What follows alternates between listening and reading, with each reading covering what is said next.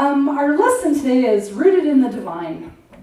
And I decided on Rooted in the Divine because I'm hearing really funny things about like this new year. Like I'm hearing people say kind of funny things. I saw a meme, and actually it was really a very funny meme. It was a picture of this convertible. These two women were driving in it, and they were looking back and screaming. And it said the moment when I realized 2022 sounded like 2022, T-O-O, right? Yes. And I'm like, well, that is kind of funny, but I don't believe that. I don't believe that. I know somebody else, she was talking about how, well, I'm not going to get my hopes up this year because last year everything just didn't go great like I wanted it to. I was like, no, I'm not going to buy into that either. You know, we every day really is a fresh day for us to start again. I love New Year's, so like I'd love to do it at the beginning of the year, of course, but I see this as a time for us to put this stuff to work in our lives again, like we do all the time. We're always putting this to work in our lives. God is all things, and that means me. That means my ideas. That means the divine direction that I'm receiving and the action that I take. God is all things. That means everything is working together for my good. The universe has my back. And so this is when we really do get to show the world. We get to demonstrate, do I believe we live in a friendly universe that supports me and all that I do? Or am I showing that I believe that a lot of crap happened last year? I'm just going to blame that for all the crap that's going on now. I'm not even going to try. Right? But I'm like all about like friendly universes, all about the friendly universe. There's really no reason for us to ever stay stuck. Zero reasons. Because we have within us these invisible forces, and they are always there. They never go away. We can choose to not use them. But within us is a divine seed, a divine program, guiding us to express that next brightest version of ourselves all the time. Just like within an acorn, there is the divine program for that acorn to grow into a mighty oak tree. Now, acorns are kind of like people in that they go off and they have other adventures that have nothing to do with growing into their potential. I can still harken back to the days when my kids were little and I heard like 15 acorns going through my dryer because I didn't check the pockets before I did laundry. So I have all these acorns. Acorns sometimes are collected by children, and acorns are sometimes eaten by squirrels. Sometimes acorns end up on the floor in your car, in the bed of a truck. I've looked and seen like truck beds that are full of acorns and pine cones and everything just because of where they park. Not every acorn gets to grow up and be a mighty oak tree. But that doesn't mean the divine program is not within every acorn. It is. It is, no matter what. No matter where that acorn ends up, it always has that program within it. And that's the same with us. No matter what we're up to, no matter where our thoughts are, no matter where our consciousness is, no matter if we are thinking, man, this is a scary universe, and last year was scary, and the year before that was scary, and so there's so much unknown right now, and so that means that this year will probably be scary too, because there's so many things that are out of my control. But see, that doesn't mean that divine spark is not there within us. It's always there. So, the reason that this is so is we are like what we come from. Just like the acorn is like what it comes from. We are like what we come from. We are created in the image and the likeness of our Creator. It's not a physical likeness, just like the acorn is not a physical likeness of an oak tree, but it is the spiritual likeness, the program that is within it. Now, there is a famous teacher who really understood this concept, that there is something mighty at work within us, but we don't always let it guide us for good. We don't always let it take charge. We don't always surrender to it. And this teacher was St. Paul, the apostle. He said, I don't know why I do what I do. I do what I don't want to do, but then I don't do what I do want to do. And that's what I do, and I don't know why. So he understood this. He understood. It's like, it's in there, but it's up to us to choose to allow it to work in our lives. In the book of Acts, he says, "In him we live and move and have our being, for we are his kindred." We are kindred to God. We are an expression of God. We are the physical activity of God walking around in this world. And we create in our lives as God creates in the universal, with these invisible forces that are at work within each of us.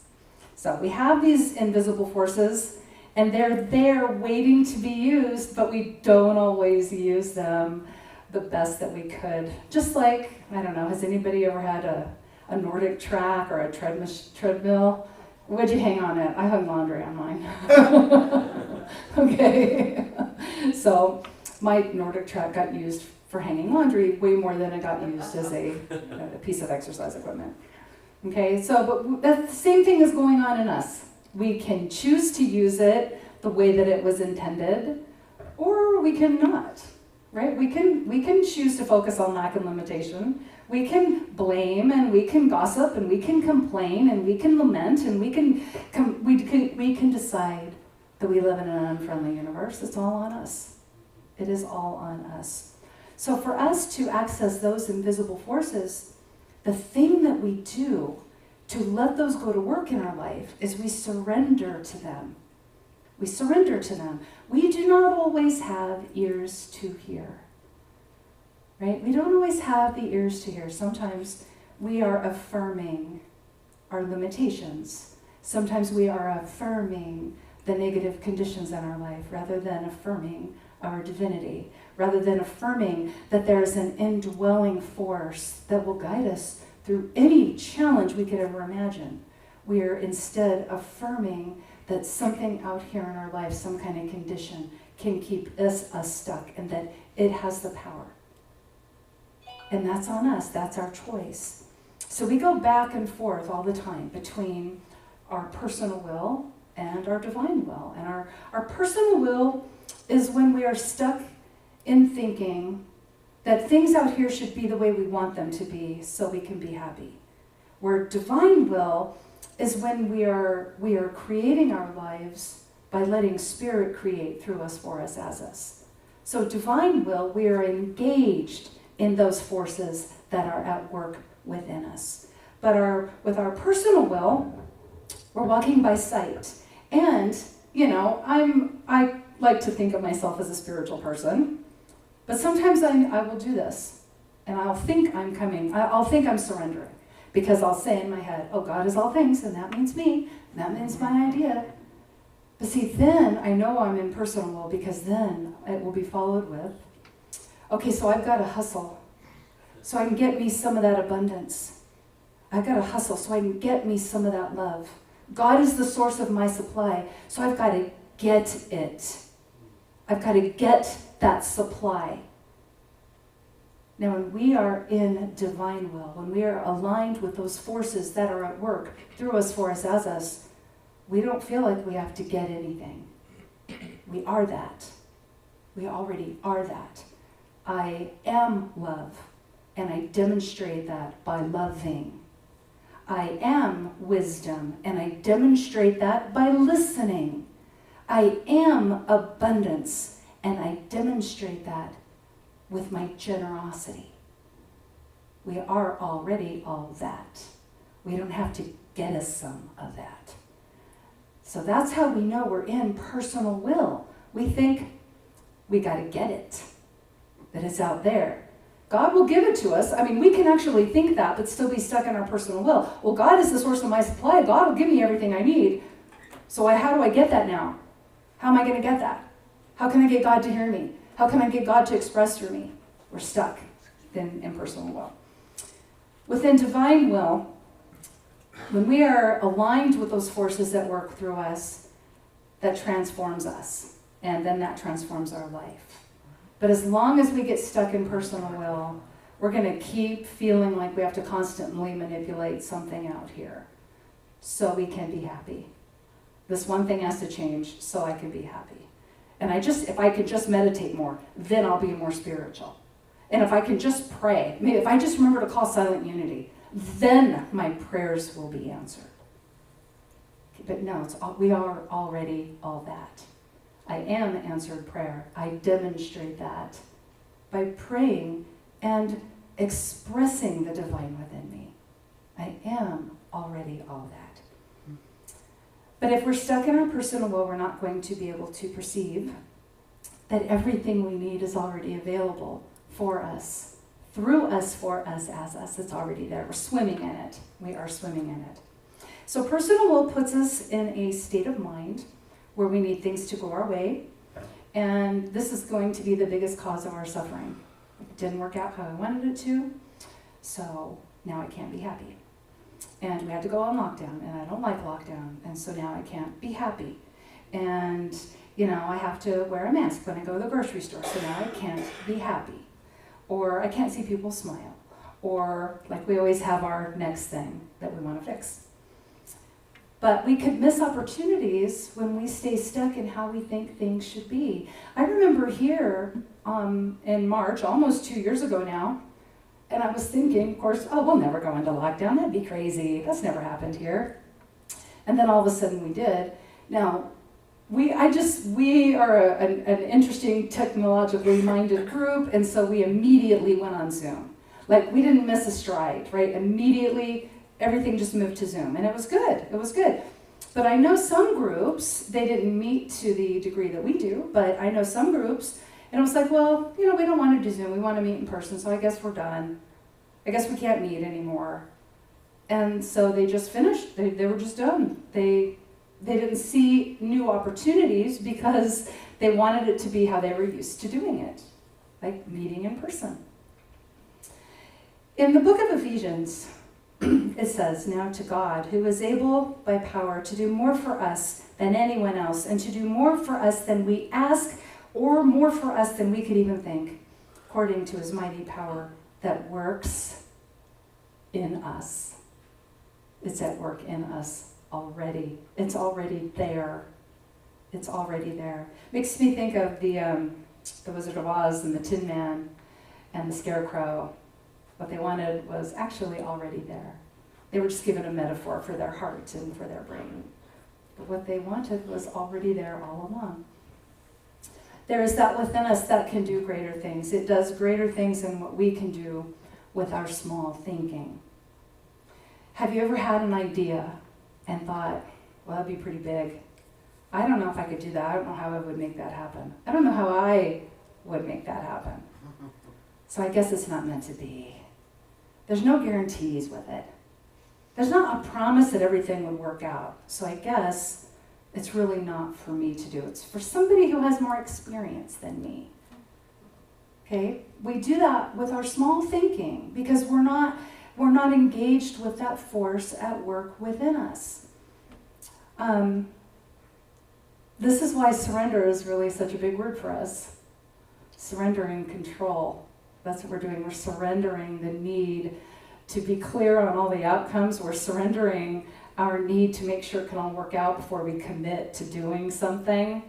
We are surrendering. So what surrendering really means for us is, okay, this is how I want it to work out, but I'm not going to be tied to this one way of doing something.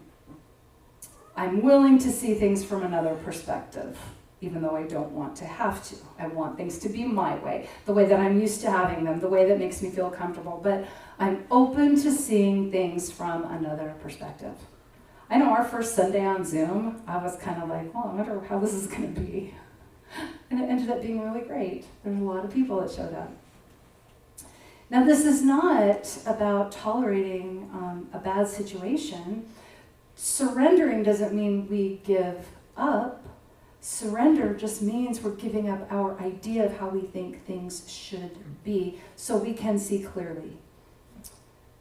If you think about our weather, like a few weeks ago I was driving home from here one day and I noticed somebody had these small trees out in their front yard, and they were recently planted, like probably over this last fall or summer. But their trees were all covered with bags. And it's because they knew there was going to be a freeze. So they thought, okay, I'm going to cover my trees up. They didn't argue with the weather. I was like, well, this isn't right. I just planted baby trees. It can't freeze. That'd be wrong. No, they just acknowledged this is what's going to happen. It's going to freeze tonight. So they acknowledged a condition, and then they had a solution. Well, I'm going to cover up all my trees with bags and blankets. I've seen trees wrapped up in blankets too. I think it's really sweet. Okay, so we accept things in our environment so we can be pointed toward a solution. We accept, okay, maybe this can't be how I want it to be. But then we are open to solutions. We're open to solutions.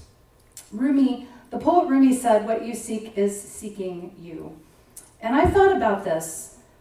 I first heard this quote maybe 15 years ago. And I thought about that for a long time. Because I thought, really? That force is also seeking me? And it was kind of surprising because I had spent a lot of time thinking about the good that I wanted to create in my life. I thought about like these wonderful things and these bright ideas, but then I gave up on them because they seemed too big. I didn't know how I would have done it just on my own. I didn't know how just me could have accomplished this. It never occurred to me to think there was an infinite force at work within me that planted that idea there in the first place. Because if I would have listened to it and followed its guidance, there would have been a greater expression of the infinite through me, a greater expression than anything I had ever done before. How often do we consider that? What you seek is seeking you. There is actually a force at work. It put an idea into your mind because it has every belief that you could carry forth this idea if you just listen. We've all done all kinds of things we've never done before. We've tried new things. But when it's the big idea that matters, the big scary thing, if we fail at it, we don't know how we'll handle it, and so maybe it's better just not even try. But there's so many other things that we have already done. I remember once I was a woman who had never driven to Phoenix by herself. I let my husband do all the driving. And my daughter and I got an invitation to go to Phoenix. And it was kind of scary. It actually was kind of scary. I know it's only like a 4-hour drive, but we packed like food for like a lunch and a snack and a dinner, and because it just made me feel secure. I brought like 15 books with me too. Just to feel secure, because I had never done that. But I just listened to my GPS, one turn at a time, and then I did it. We get that idea for a reason. Something greater than us put that idea in our head. And when we say yes and press go, you'll get your next instruction. Okay, pull out of your driveway. You're fine, hon, I've got you. Okay, now make a right. You're good. You are doing so good. And that's really, that's our biggest purpose really on this planet. Press go and listen and act. Listen to that voice within us and do the next right thing for ourselves. Ernest Holmes said, even the Spirit does not seek to control us. It lets us alone to discover ourselves. And we discover it through our process of surrendering. Our process of surrendering how we think things should be. Our process of surrendering our ideas of what we think we're capable of. Right? To surrender that it has to be our way, and it has to go this way, followed by this, or else I'm not even going to try. We have to surrender our need to have people behave how we want them to behave, and believe how we want them to believe. We got a lot of stuff to surrender. But that's our charge, to surrender, because then we're calling forth those greater forces.